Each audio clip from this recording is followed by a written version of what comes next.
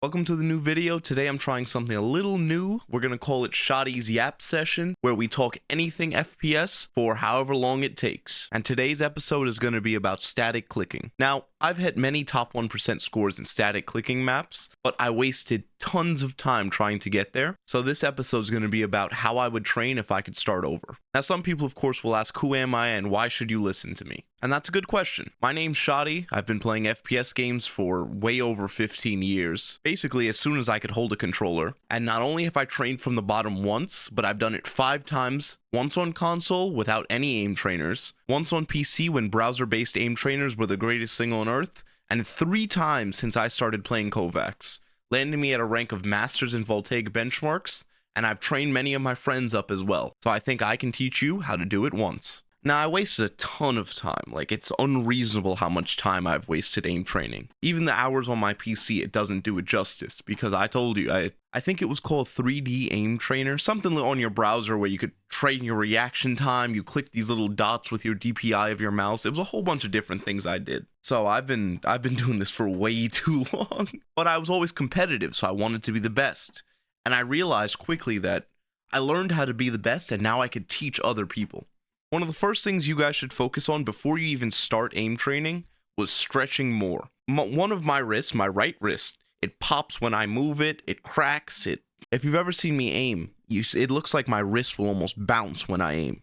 And it's because I can't do smooth motions with my wrist anymore because I messed it up so bad. Over the last few years, I've been fixing it. It's years of damage, you know? Another topic I learned a lot about was aiming at bigger targets help train my speed. Now, I first started on Kovacs with one wall 6 targets TE, if you guys know what that is. It's basically really fat targets that you aim at, and there's 6 of them. And I realized that a lot of the time it wasn't my aim that sucked. I was too slow. Because these targets were huge, I would hit them, and I wasn't quick enough. But then when I tried aiming faster, I would get scores with 80% accuracy or 75. But with targets that big, there's no reason I should have that low of accuracy. So I had to figure out a bit of a balance. So I learned that big targets in aim training usually help me with hit confirmation. Now, there's Pokeball or Pokeball, I don't know what on earth people call it. It's Pokeball to me. But I know that people use that for hit confirmation, where you have to track it and you have to hold your mouse button on it to make sure you sit on it for X amount of time. But that kind of trained my aim where I would just brush past it. Because if you hold the button down and you aim at it, you can almost brush past it and switch to the next target, and it works. It didn't really make sure you're looking at the target, looking at your crosshair, and seeing if they match up. So I found that using big fat targets like that made it so that I could train my hit confirmation. Because I would flick to it, I'm very blatantly off of the target, but I'd still click anyways because my hand-eye coordination wasn't really in sync. I would just, oh, well, that's close enough, click, oh, it missed. And there's no reason you should do that, but a lot of people do it. Even my friend, sometimes I'm watching him play, and I was teaching him, I was training him, and I'd ask him, are you looking at your screen? Like, are your eyes open? You know, we'd have a laugh about it, but it's really like that sometimes. When you're aim training, it's like you forget to pay attention, and you do it in a real match. Like, sometimes you're playing a real match, and then you're shooting at the guy. Maybe you rewatch the footage, and you're like, what was I looking at? If I look at him, I clearly see I'm 6 feet off of his head. What am I doing? But it's really common. And it's one thing that helps people translate their aim training into a real match, because it teaches you not just how to aim train or how to get better scores. It teaches you the actual fundamental of looking at your target and your crosshair at the same time. Now, after doing the really large targets, I found that it worked best if I slowly worked my way down to super small targets. So I started on one wall 6 targets TE, and then I found another map with a little bit smaller. Then I worked down to one wall 6 targets small. And that regular one, I use that for ages. I actually have a top 1% or higher score. It's one of my most proud scores. I'm so proud of that score. I ended it with 100% accuracy too. After I did that, I realized that, okay, I'm not getting anywhere with this. I finally plateaued because it wasn't hard anymore. So that's when I started incorporating extra small targets, or targets that were unreasonably small. And this helped me put all my skills together. So you should, whenever you're aim training, you should try to work down. Because too many people go straight to the hardest one, or They sit there, well, this guy uses it, and they haven't built the fundamentals that everyone else had. All the best players that they're looking at. Oh, Matty Overwatch does this. Oh, Viscose does this. They've been doing this for way longer. I've been doing this for way longer. We've put in our rounds already. You have to start at the bottom. If you've ever read there's a document way back in the day. It was what started aim training. It was the Aimer 7 document. And I still remember to this day. I can't quote it completely, but to this day, I remember in the document, right when you were getting past basic, he said, okay, you did it. You're doing good, but don't get too happy now. You still suck. You want to know how you suck? Go load up close invincible fast strafes. And he said exactly what would happen. He said, you're going to feel like all your movements are being drowned out. I played that map for 5 seconds and I almost cried. Because I was just saying, oh, I got good scores on the bounce 180. I did this, I did that. And then I go play this and I feel like I'm reading Chinese for the first time. It was terrible. But he's right. And we've kind of built a foundation off of that. You guys are going too fast. For precision, for everything. All you guys play Valorant, or you're a sniper in a video game, you're like playing COD or whatever, and you're sitting there like, okay, well, let me go to the hardest one. Oh, this kind of looks like a Valorant headshot. Click, click, click, click, and you suck. Because you're trying to rush progress. Take your time. It's okay. You can spend a little bit more time working on the fundamentals, and you'll find out you got farther than you would have by doing just the hardest things you could find. And this ties into the next point of mine, which is you guys aren't progressing. You guys are doing too easy. Now, this is mostly to all those people that play Bridge Shot, or One Wall 6 Targets TE, or Tile Frenzy. All those big fat targets, you're kind of just working on your flick speed at a certain point. Yeah, when you start, okay, you got to learn how to hold a mouse. You got to learn how to make straight lines from one target to another. But you're never going to improve if you're just doing the easiest things you can find. It doesn't make any sense. You got to do something harder and harder and harder until you get good. Too many people are aim training and not progressing. They think of it as, let me just do some drills, I'm going to get better. And it's not like that. You have to keep getting harder. Pause. But I can use this from my own story. Over the last few weeks, I said I would become an aim coach, and I said I would train myself back up to Voltaic Masters. Now, I've already hit almost 2 scores in Voltaic Masters, and both of them are in my strong suit, clicking. But the only way I was able to do it was, as soon as I started getting my aim to where it felt like it was close to Masters, I started doing the Grandmaster routines. Because I knew that when I played the Master routines, they were easy for me. Now, of course, what you guys consider easy will be different. But the Master routines, the fundamentals, were too easy. As soon as I went to the Grandmaster ones in practice, that same day I hit the score. But our bodies are smart. Our bodies will adapt. So you guys have to look at what's easy for you. You can't keep staying where it's easy. Some people punish themselves by resetting every score. If they suck at it or if they're doing bad, it's punishment. I've had multiple times where I was trying to set a score on one map, and I was angry by the end of it. Because out of 40 runs, I maybe finished one of them. Because the first 10 seconds I'd do really good, then the next 20 I'd completely fall off. I've had this thing where consistently my pacing at the start of a run is close to 1 or 2 tiers above my current rank. Like when I was hitting my master's score, I guarantee I was close to a 1400 score. I only scored 1300 and that was by the skin of my teeth. But I am 100% sure, I even watched the recording back, the pacing was that of a 1400. Halfway through, it's like my eyes shut off and I just couldn't hit anything anymore. And halfway through the run, I had to tell myself, breathe, calm down.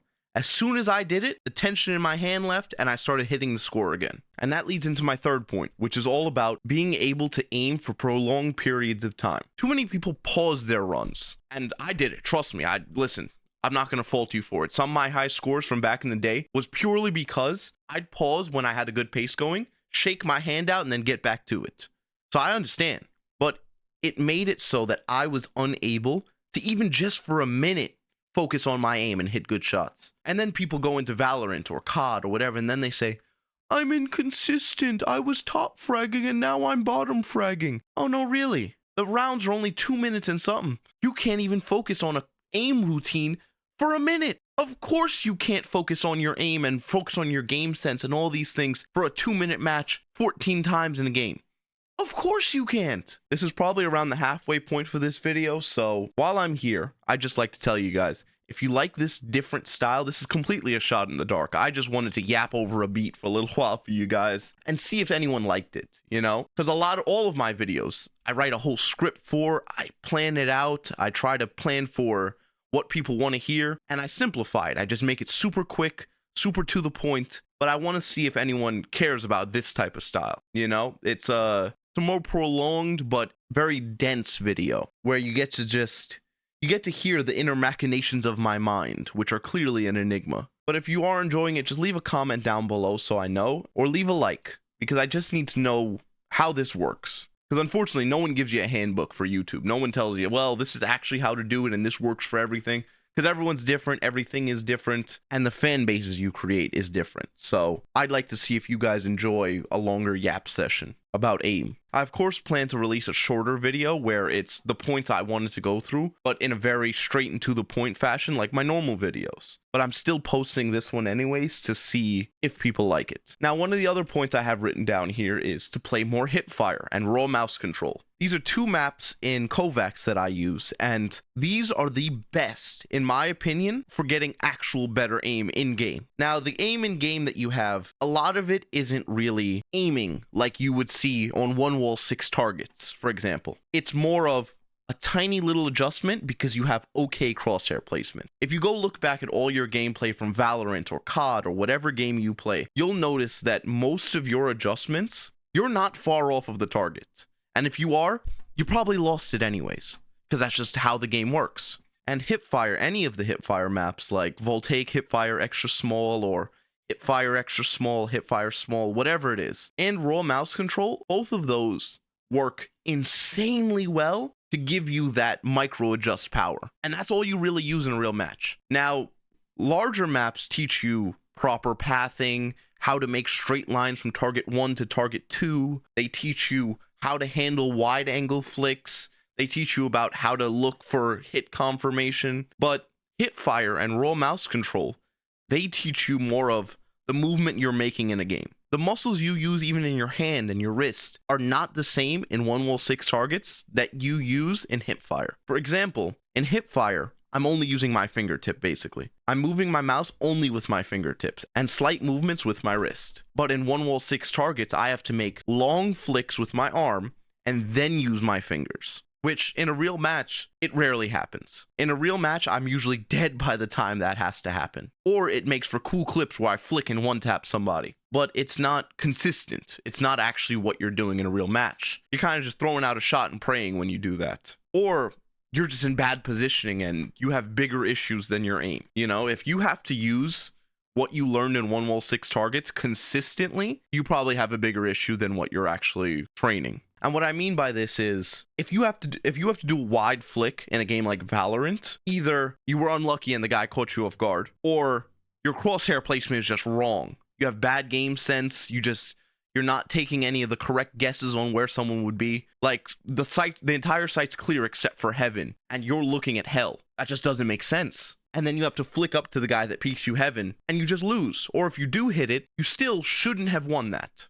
I'm going to end you guys off with this last point, because I don't want to give away too much before I know if this works. Because this might get 2 views, and I just have to take it down off my channel, because it was a horrible flop, you know? So I'll hold off on it. If you guys give me a good reception, I'll make a ton of them. I'll make longer ones. I'll make them more structured a little bit, so it's not as bad of a yap like I did today. I'll do all that, but you guys just have to let me know. But the final tip I'm going to leave you off with is smoothness makes your aim better. End of story. Static clicking, your target switching, your smoothness tracking. Most people shake like there is something wrong with us, okay? Go watch any of your gameplay, right? Go play Apex Legends, and then go watch an Octane on a jump pad. Tell me you don't look like you're having a stroke when you're trying to track him. I do. I definitely did. It's horrible. It's like my wrist is bouncing towards him.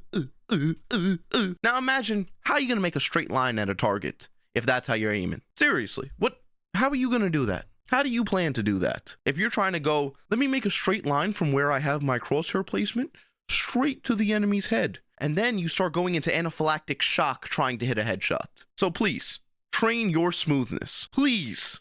It's really, it's a disease that plagues most people that have never gotten to aim training. Because all of us, now I'm talking about myself, of course, because like I said, I've been doing this for years. You think I didn't only play like precise targets, one wall, 6 targets, tile frenzy? It's all I did. But please, if you actually want better aim, just a little bit of smoothness practice. That's all you need. Just a tiny bit. Just to smooth out your wrist. There's even certain maps called Smooth Your Wrist to do exactly that. Please, just do it a little bit. That's all you need to do. It'll save you. That's the whole reason why the whole earth has been taken over. Calm aim, calm, smooth aim. That's all calm aim is. That's all it is. You smooth out your aim and you calm your nerves so you don't shake as much, which shaking usually has to do with the lack of smoothness in your aim. And then you hit nice, pretty headshots that look good in a montage. And then you turn the saturation of the video up to 10 million. That's it. That's all it is. And you also, most of these people don't even get smooth aim. They put a sensitivity of like 80 centimeters per 360, which is unreasonably slow. And then they just call it a day because that makes their aim smooth. They just have to take 6 arm strafes to get a full 360, but it works for them. Anyways, thank you for watching. Have a good one. God bless you.